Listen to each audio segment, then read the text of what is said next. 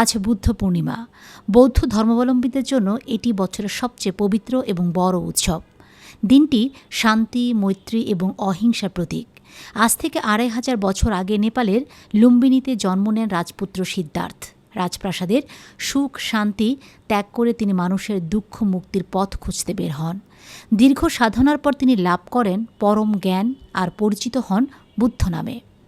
শান্তি কি কেবল যুদ্ধের অনুপস্থিতি, নাকি মনের গভীরের এক স্থিরতা? আজকের এই অস্থির পৃথিবীতে যখন আমরা সাফল্যের পেছনে ছুটতে গিয়ে নিজেদের হারিয়ে ফেলছি, তখন ২৫০০ বছর আগের এক রাজপুত্রের শিক্ষা আমাদের নতুন করে পথ দেখাচ্ছে। তিনি আর কেউ নন, গৌতম বুদ্ধ। বুদ্ধ শিখিয়েছেন মানুষের সব দুঃখের মূলে রয়েছে অতিরিক্ত আকাঙ্ক্ষা বা তৃষ্ণা। এই তৃষ্ণা ত্যাগ করলেই শান্তি পাওয়া সম্ভব। তিনি হিংসা নয়, বরং ভালোবাসা ও দয়া দিয়ে পৃথিবী জয়ের কথা বলেছেন। তার মতে অহিংসাই পরম ধর্ম। বুদ্ধের প্রধান শিক্ষা হল সৎ কাজ করা, মনকে শান্ত রাখা এবং অন্যের ক্ষতি না করা।